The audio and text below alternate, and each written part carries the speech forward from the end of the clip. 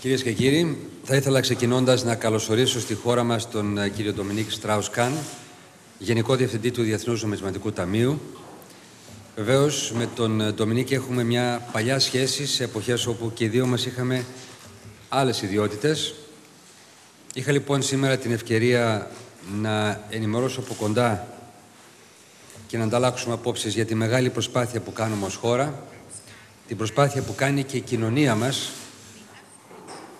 όλοι οι Έλληνες, να ανακάμψει η χώρα από τα μεγάλα προβλήματα που αντιμετωπίσαμε, αλλά και να βάλουμε παράλληλα τη χώρα μας σε ένα νέο δρόμο βιώσιμης ανάπτυξης, κοινωνικής δικαιοσύνης και ευνομίας.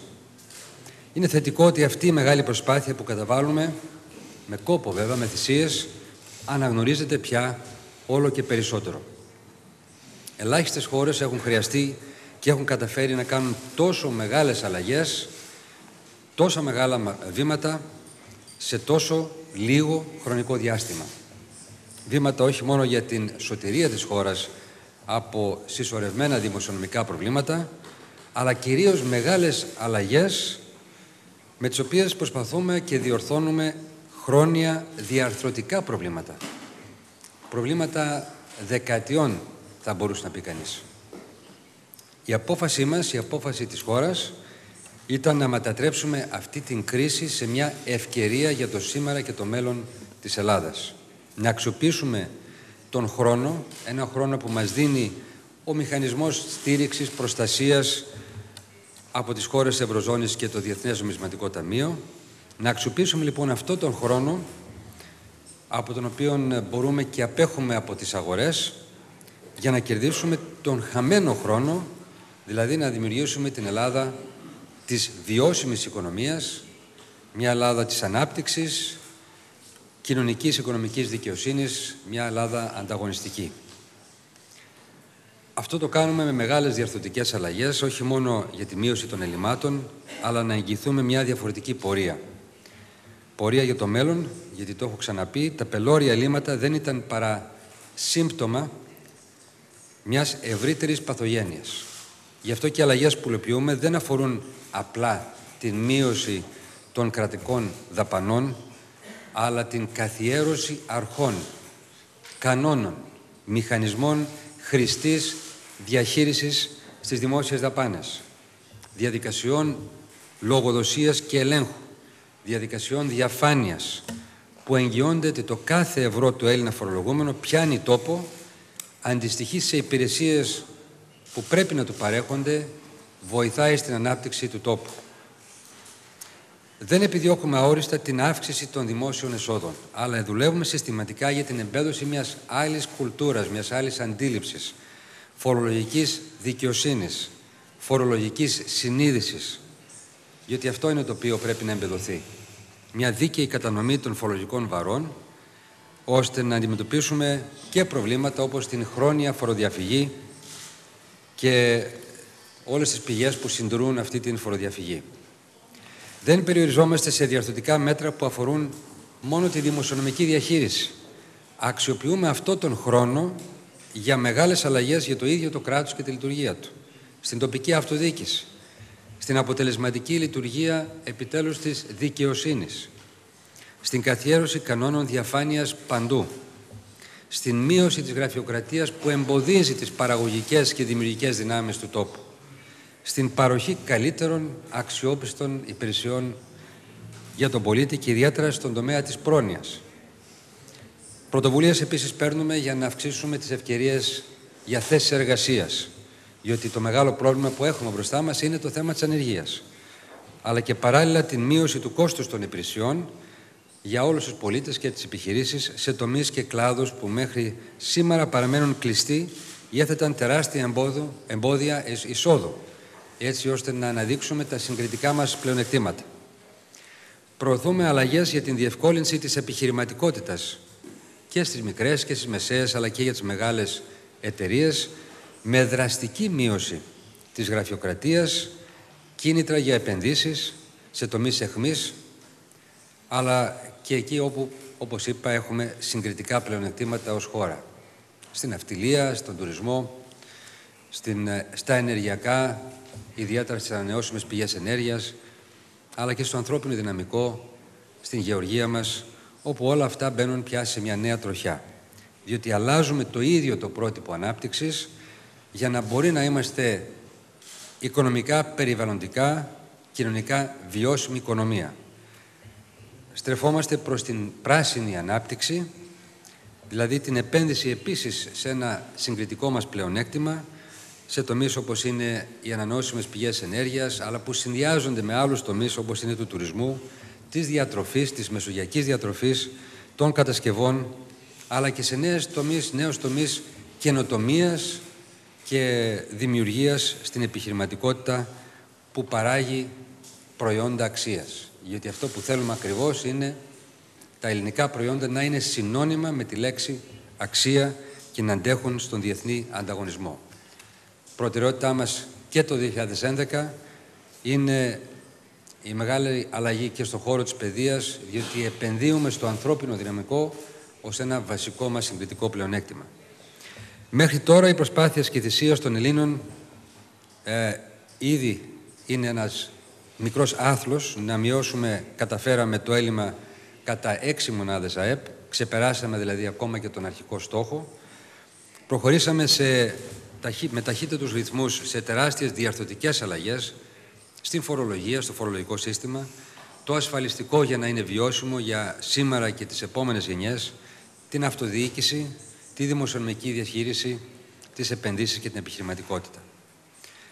Αν το 2010 λάβαμε επίπονα μέτρα άμεσης απόδοσης, το 2011 είναι η ένταση στις διαρθρωτικές αλλαγές που ήδη ξεκινήσαμε, αλλά που συνεχίζονται, με στόχο όχι μόνο την μείωση ακόμα περαιτέρω της σπατάλης και του ελλείμματος, αλλά να δημιουργήσουμε και την προϋπόθεση, τις προϋποθέσεις, ώστε το 2012 να είναι μια χρονιά που θα επιστρέψουμε στην θετική ανάπτυξη. Διότι μέρος αυτής της σταθεροποίησης είναι και μια πορεία ανάπτυξης του τόπου, της Ελλάδας. Ο δρόμος βεβαίως είναι ένας δρόμος δύσκολος, χρειάζεται να γίνουν ακόμα πολλά, αλλά είμαστε σε έναν δρόμο συνεπή και αυτό μας δίνει την, θα έλεγα, αυτοπεποίθηση και αισιοδοξία. Όσο πετυχαίνουμε τους στόχους μας, αυτές οι επιτυχίες αναγνωρίζονται, τόσο βελτιώνονται και οι συνθήκες και προϋποθέσεις για οριστική έξοδο από την κρίση με βιώσιμο τρόπο. Και η προοπτική που έχει ανοίξει για την επιμήκυνση του χρόνου αποπληρωμής είναι ακριβώς ένα δείγμα αναγνώρισης της προσπάθειας που καταβάλουμε. Θέλω με την ευκαιρία να ευχαριστήσω και τον Dominique Strauss-Kahn για την θετική του στάση για το θέμα αυτό, ιδιαίτερα στο θέμα αυτό, καθώς και για το ότι ήταν ο πρώτος που τοποθετήθηκε δημόσια με πολύ καθαρό τρόπο υπέρ της επέκτασης της περίοδου αποπληρωμής του δανείου αυτού. Και πάλι καλώς όρισες, Ντομινίκ.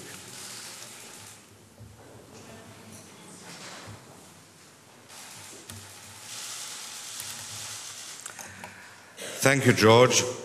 First, I have to apologize that I'm unable to address you in Greek. I promise that for next time I will do my best, but for this time, I guess that I have to stick to English. I suppose there's some kind of translation, so I can go on.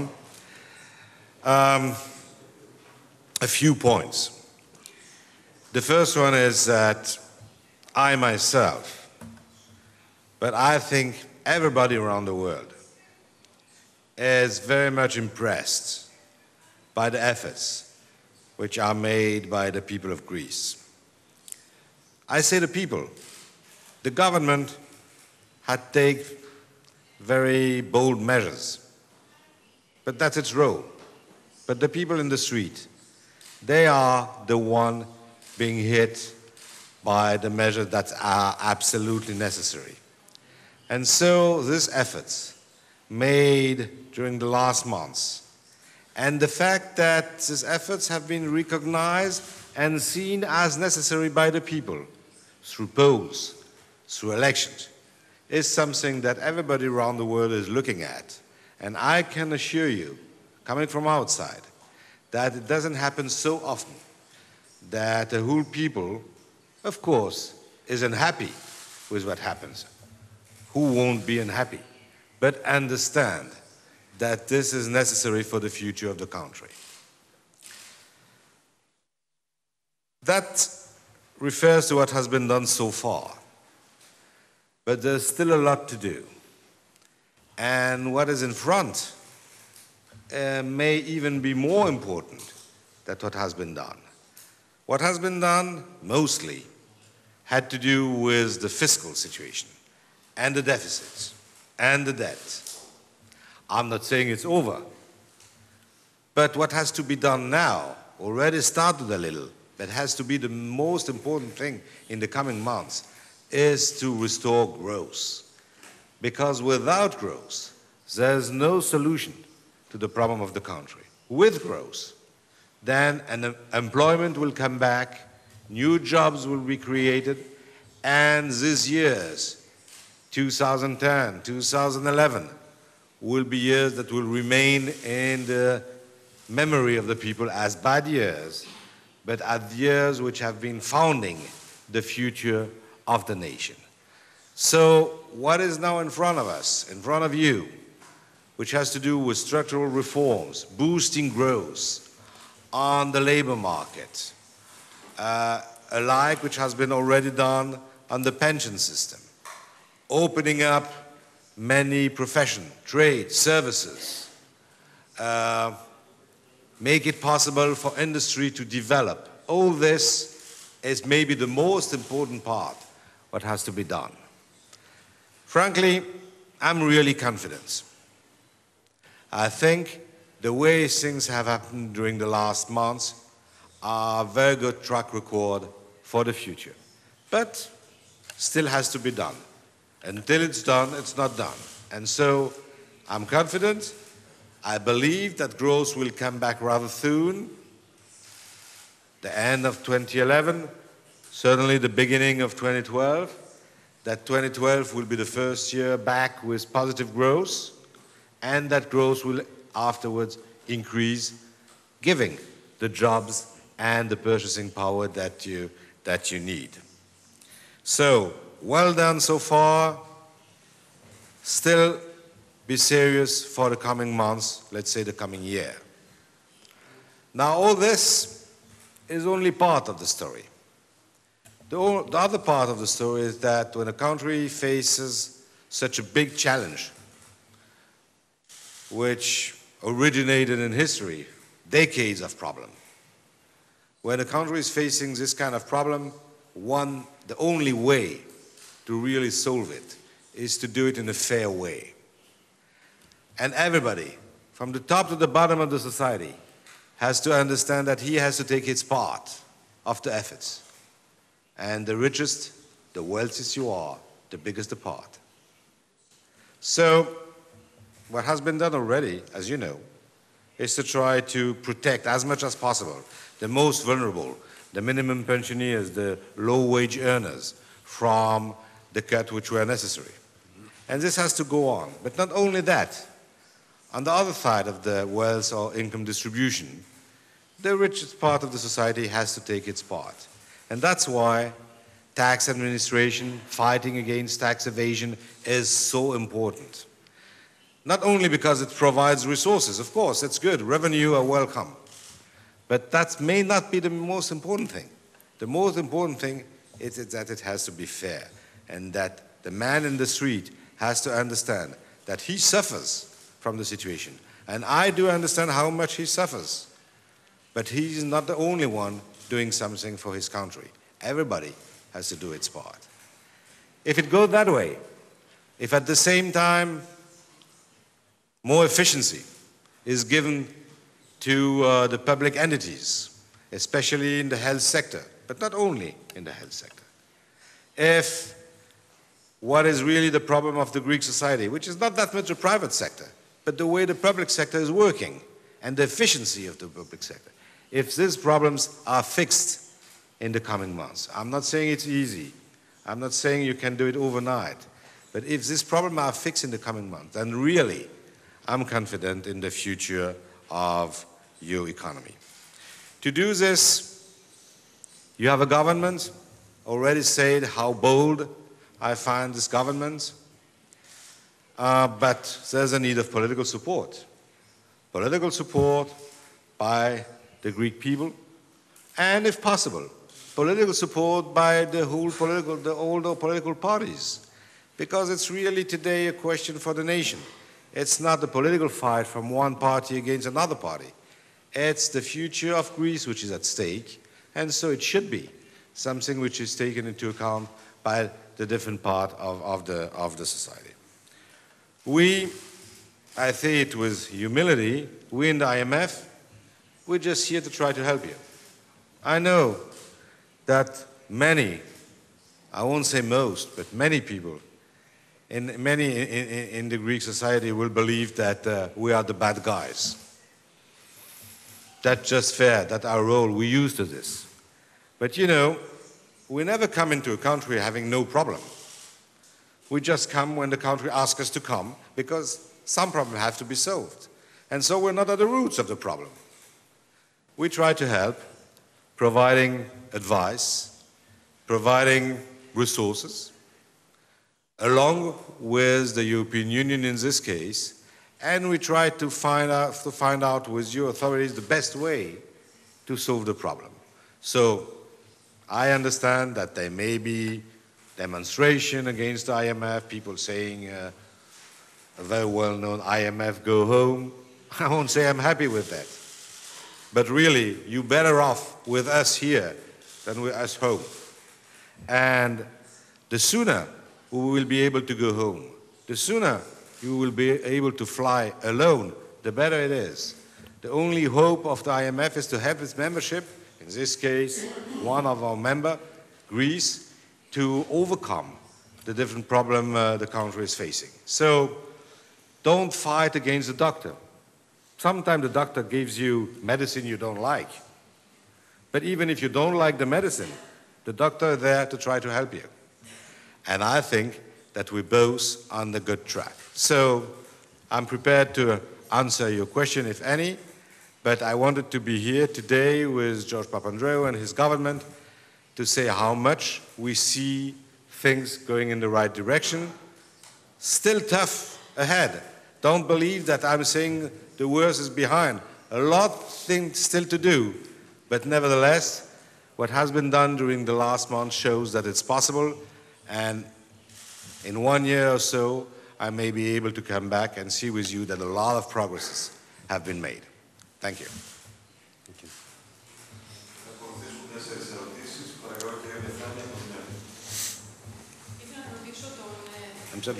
Excuse me. Τον Dominique Strauss-Kahn. Ακούσαμε την αισιόδοξη, έτσι,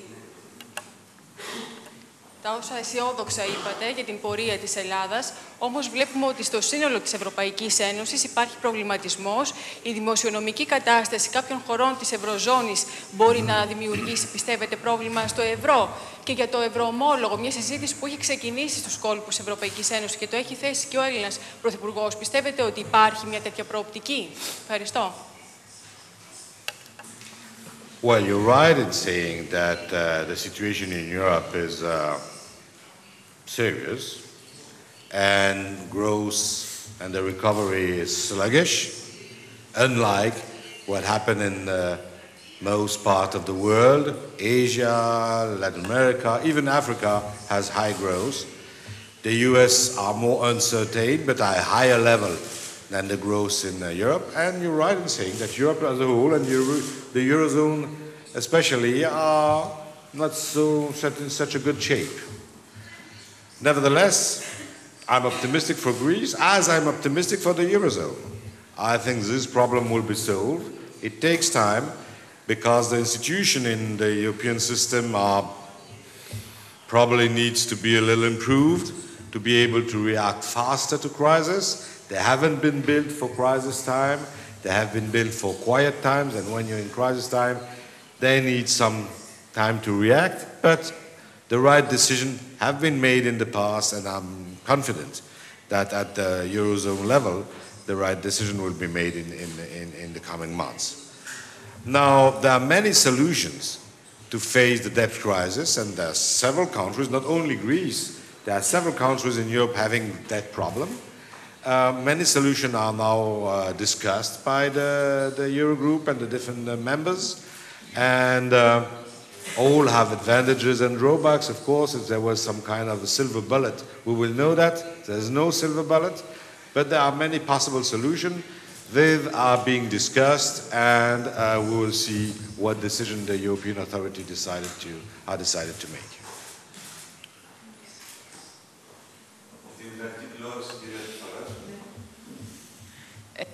Η ερώτηση είναι για τους δυο σας, αλλά κυρίως για τον κύριο Παπανδρέου. Ποιος έχει έρθει σήμερα, ο πρόεδρος ο διευθυντής του Διεθνούς Νομισματικού Ταμείου ή ο φίλος σας, ο σοσιαλιστής, ο Dominique Strauss-Kahn? Ισχύει και αυτή. Είναι εύκολη η απάντηση, γιατί και οι δύο έχουν έρθει. Αλλά βεβαίως η επίσημη ιδιότητα είναι του Γενικού Διευθυντή του Διεθνούς Νομισματικού Ταμείου.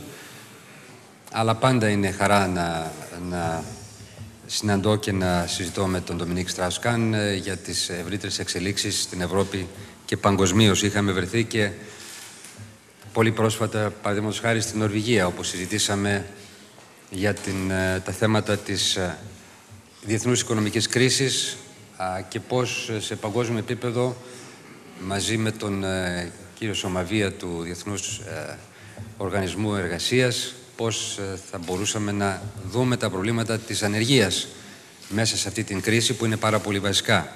Αλλά θέλω να τονίσω ότι αυτό το οποίο είπε και ο Dominique, ότι η χώρα μας έχει προοπτικές, είναι πολύ σημαντικό να υπάρχει αυτή η αισιοδοξία, διότι κάνουμε τις διαρθρωτικές αλλαγές. Είναι μια κρίση που βεβαίως όλοι μας θα θέλαμε, και πρωτίστως και εμείς ως κυβέρνηση, πόσο και ο ελληνικός λαός, να μην είχαμε φτάσει σε αυτό το σημείο.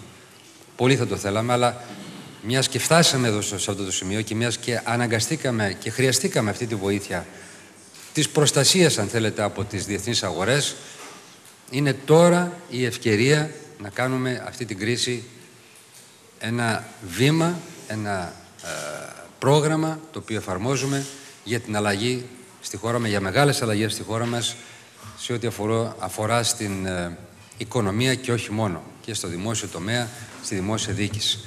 Και πολύ σωστά, όπως είπα και εγώ, αυτό θα βοηθήσει και στην ανάπτυξη, αλλά και στο αίσθημα δικαιοσύνης, το οποίο θα έλεγα είναι και αυτό μέρος του προβλήματος της χώρας μας, ότι δεν υπήρχε η αίσθηση της ευνομίας, υπήρχε η ανομία, ήταν η ισχύς του ισχυρότερου, το δίκαιο του ισχυρότερου. Όσο εμπεδώνονται κανόνες διαφάνειας, λογοδοσίας και δίκαιης κατανομής των βαρών, τόσο πιστεύω ότι και η συνοχή και η ανάπτυξη της χώρας μας θα είναι πιο εγγυημένη και βιώσιμη και σήμερα και στο μέλλον. Να ευχαριστήσω πάλι για την παρουσία του κύριου Dominique Strauss-Kahn και νομίζω ότι έχουμε ακόμα μερικές ερωτήσεις.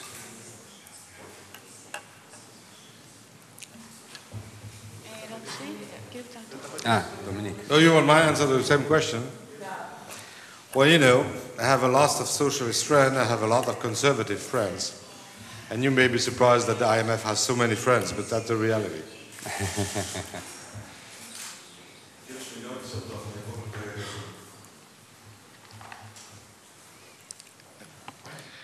Για τον κύριο Dominique Strauss-Kahn. Είπατε ότι τα χειρότερα δεν έχουν περάσει. Περιγράψατε μια πορεία στην οποία έχει μπει η χώρα. Έγινε λόγος για επιμήκυνση των αποπληρωμής του χρέους. Αυτό σημαίνει νέα μέτρα και επιπλέον σε ποια προοπτική εντάσσεται, ποια θα είναι η προοπτική της χώρας στο τέλος αυτής της πορείας? That's a very good question because it allows me to correct a little what I say. It's just because of my bad English. When I said you shouldn't believe that the worst is not over, I didn't mean the worst is coming ahead. I just meant that the program is going on. A lot has been done, still a lot to do. It's not over. That was the only point I wanted to mention. And so there's nothing new in the program. We go ahead as has been described.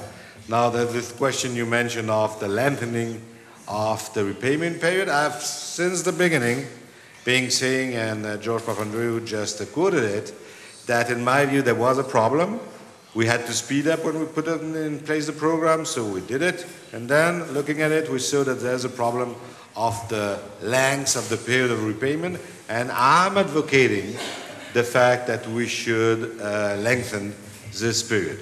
So I think that, of course, it has to be done by the IMF and the European Union at the same time. And my view is that more and more people in the European Union understand there's a need to do something like this. So it's a technical question, which has a lot of concrete consequences, of course. And I think we will be able to manage this. So it's not an urgent question, but there's no reason to wait too much. And on our side, we are ready to do it. We will see exactly with the European how to do it, but it's an important question to solve.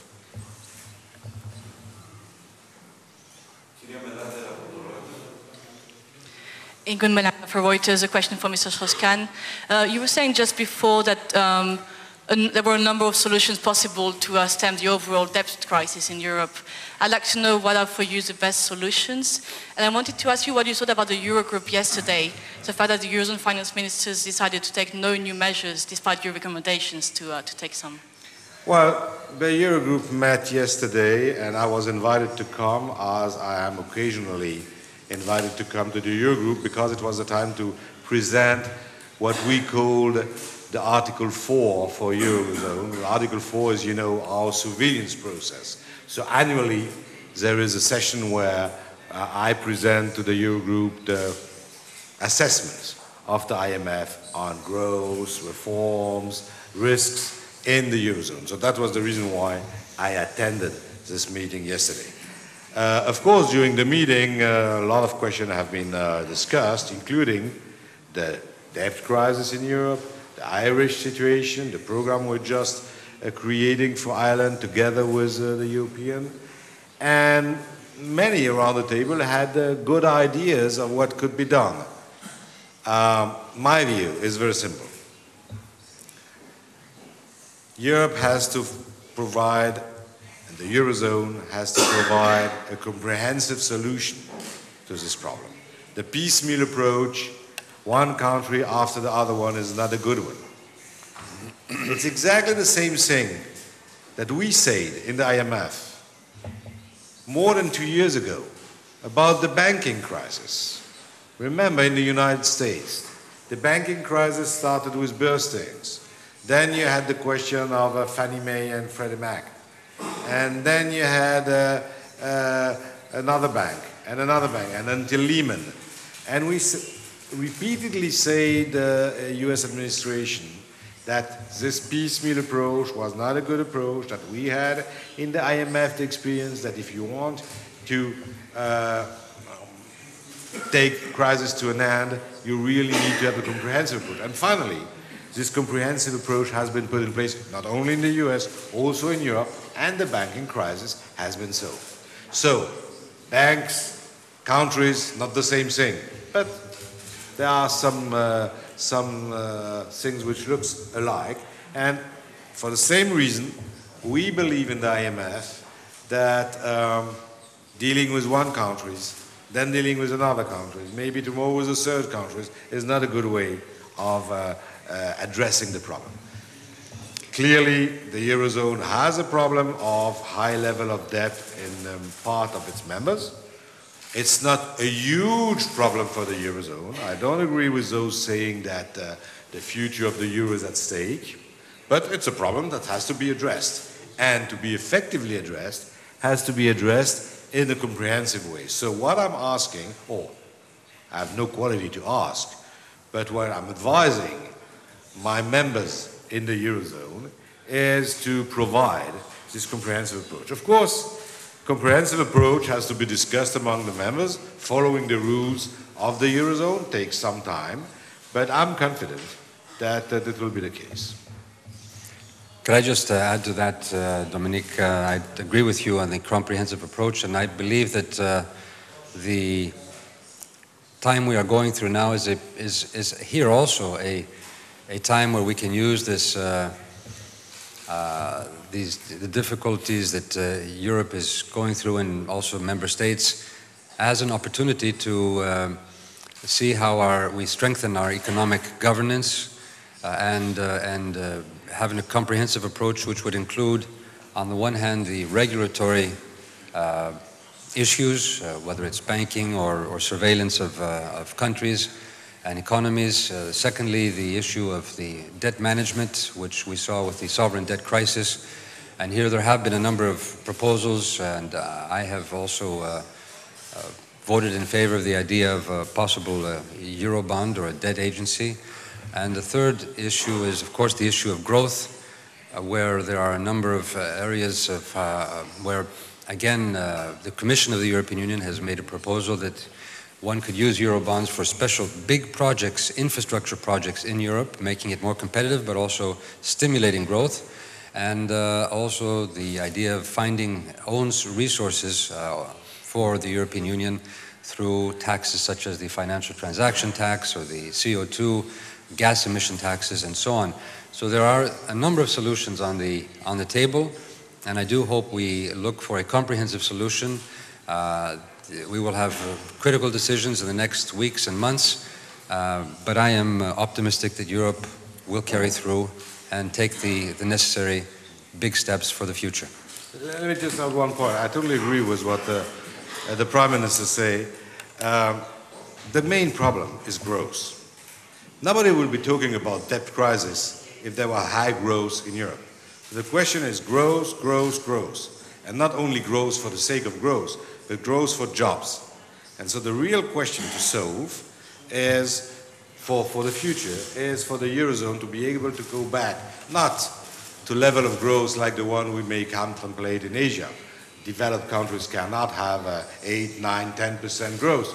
But there's no reason why it will be impossible for the Eurozone to have 3, 4% growth as in the US. And that must be the goal.